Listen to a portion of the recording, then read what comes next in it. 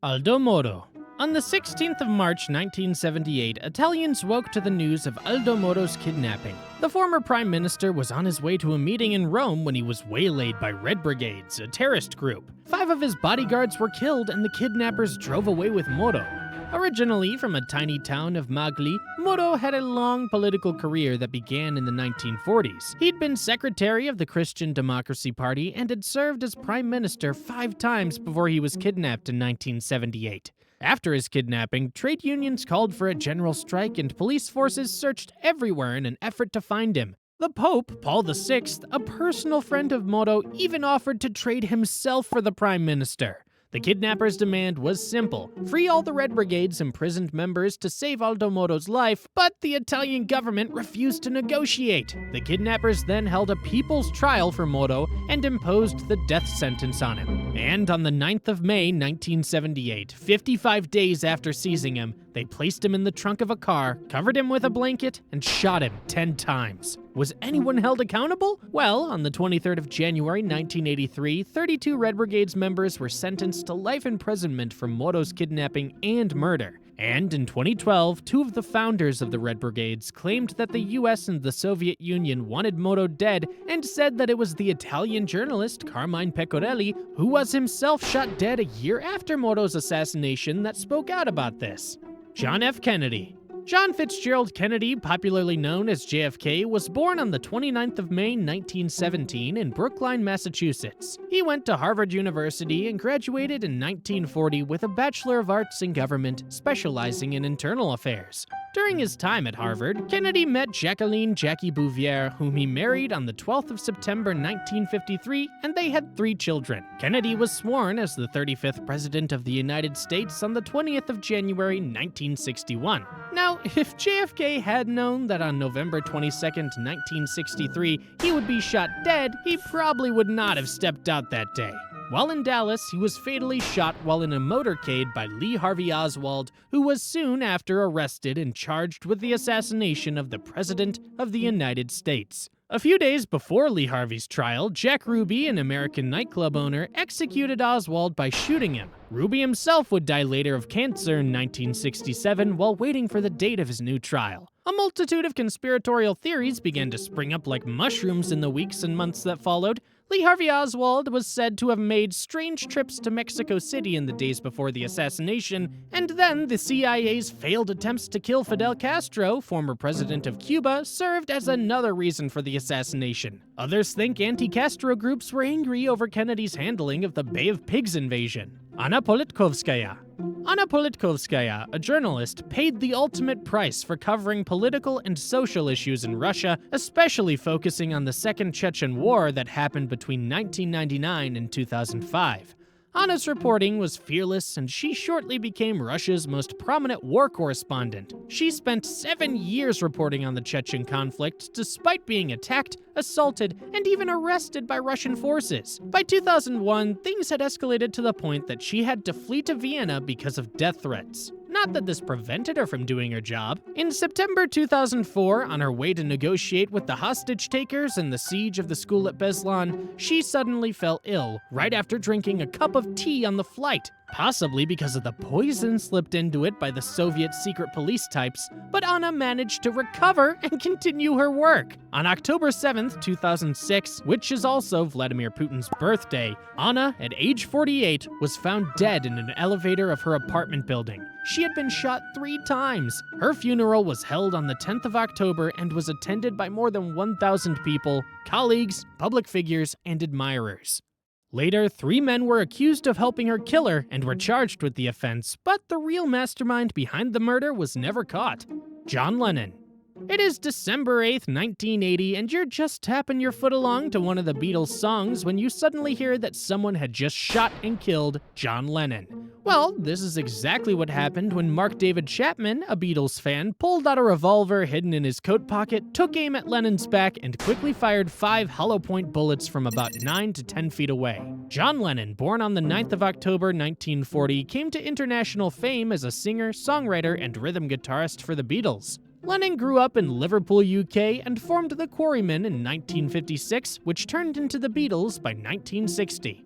After a recording session in New York, Lennon signed an album for Mark David Chapman outside his home, the Dakota. Later that night, Chapman shot Lennon as he returned to the building. Despite being rushed to the hospital, Lennon was pronounced dead on arrival. Chapman, a disgruntled fan, was upset by Lennon's lifestyle and a 1966 comment that the Beatles were more popular than Jesus. Mark is currently imprisoned at Greenhaven Correctional Facility, having been sentenced to 20 years to life, which is 5 years shorter than the maximum penalty of 25 years to life. Martin Luther King Jr. Martin Luther King Jr. did have a dream, but it was cut short on April 4th, 1968, when at the age of 34, he was assassinated. Born on the 15th of January, 1929 in Atlanta, Georgia, into a family steeped in faith, he was the middle child with an older sister and a younger brother, and his home was filled with readings from the Bible and stories from his grandmother Jenny, whom the children called Mama. King's activism began with his leadership of the Montgomery bus boycott in 1955 following the arrest of Rosa Parks, a woman who was jailed for defying the unjust Jim Crow law by not giving up her seat. His leadership made him a prominent figure in the civil rights movement. When he was in Memphis in 1968, backing striking black sanitation workers, Martin made his "I've Been to the Mountaintop" speech at Mason Temple on the 3rd of April and was shot by James Earl Ray, an American fugitive, on the balcony of the Lorraine Motel the next day, April 4th. He was taken to St. Joseph's Hospital and died after an emergency surgery at 7:05 p.m. Initially buried at Southview Cemetery in 1977, his remains were moved to a tomb located at the site of the Martin Luther King Jr. National Historical Park in Atlanta. Following his death, riots broke out in more than 100 cities in the US. Conspiracy theories also swirled around his death, with some saying James Earl Ray was just a patsy like Lee Harvey Oswald was, and a man named Jowers also said he paid $100,000 to arrange the killing of Martin. Later, a jury found Jowers guilty of participating in a conspiracy involving government agencies. However, the US Department of Justice investigated these claims and found no solid evidence of a conspiracy. Gianni Versace. Born on December 2, 1946, in the city of Reggio Calabria, Italy, Gianni Versace was deeply influenced by ancient Greek history. He attended Liceo Classico Tommaso Campanella, where he studied Latin and ancient Greek but didn't stick around to finish. Instead, he jumped into his mom's sewing business, learning from her team of seamstresses. Versace had tried his hand at architecture, but at the age of 26, he decided to move to Milan and make fashion his life's work. His debut boutique in Milan in 1978 introduced vivid colors and edgy cuts to the mainstream. "I don't believe in good taste," he once said, and there was always a nasty element to his style, a rebellious edge to his luxury. With his sister Donatella as vice president and his brother Santo as president, the Versace brand quickly became a family affair and a fashion powerhouse. Unfortunately, years later, on July 15, 1997, Versace was shot and killed outside his Miami Beach mansion by Andrew Cunanan, a serial killer who had murdered 4 other men, including real estate developer Lee Miglin. Cunanan was a fan of Versace, bragging to anyone who'd listen to him about a friendship with the designer, but this was only one of his many delusions. FBI agents do believe that Versace and Cunanan crossed paths in San Francisco, but the nature of their relationship remains a mystery. Following Versace's murder, his brother Santo and sister Donatella took over the fashion empire, and his daughter Allegra inherited half of the business, as well as some of the finest art that money can buy. Robert F. Kennedy.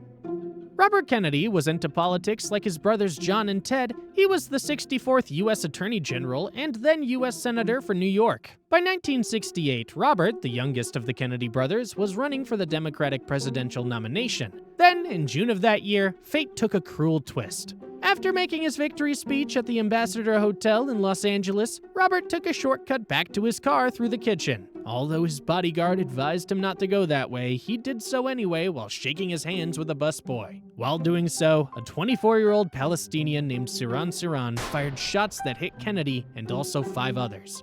Even while he was lying wounded, Kennedy was concerned for others. "Is everyone all right?" he asked. Those were his last words before he died the next day. Siran is incarcerated at Richard J. Donovan Correctional Facility as of 2024, where he is serving life imprisonment for the death of Robert after it was changed from a death sentence in 1969.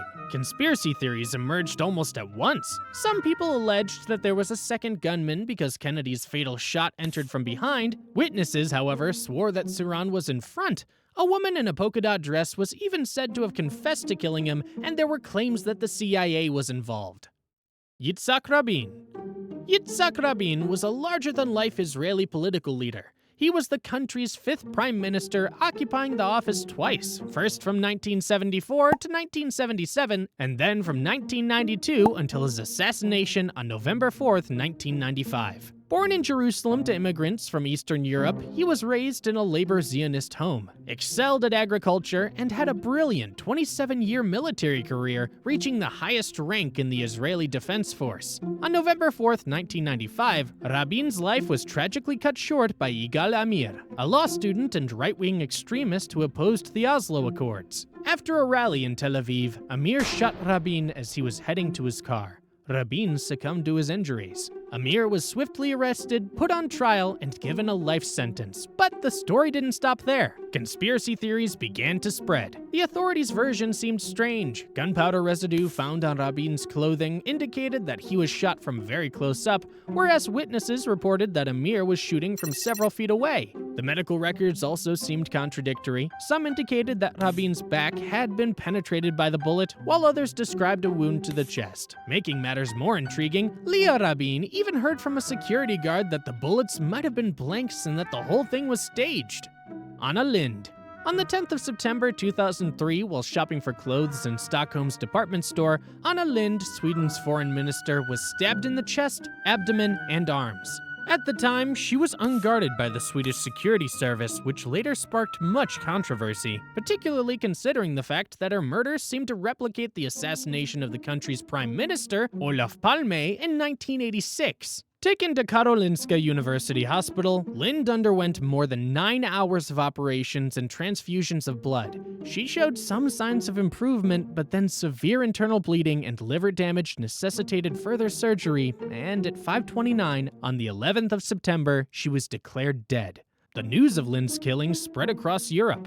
After fleeing the scene of the attack, the perpetrator was soon the subject of a massive manhunt. The police set up a hotline, published a photo of the suspect from the store surveillance cameras, and located various items related to the crime near a metro station. By the 16th of September, a suspect was in custody but later released, and eventually, Mihailo Mihailovic, born in Sweden to Serb parents, was arrested with the help of DNA evidence. He denied involvement in the crime at first, but eventually confessed in January 2004. He was sentenced to life imprisonment, a sentence that was temporarily suspended due to his mental illness, but that was soon reinstated.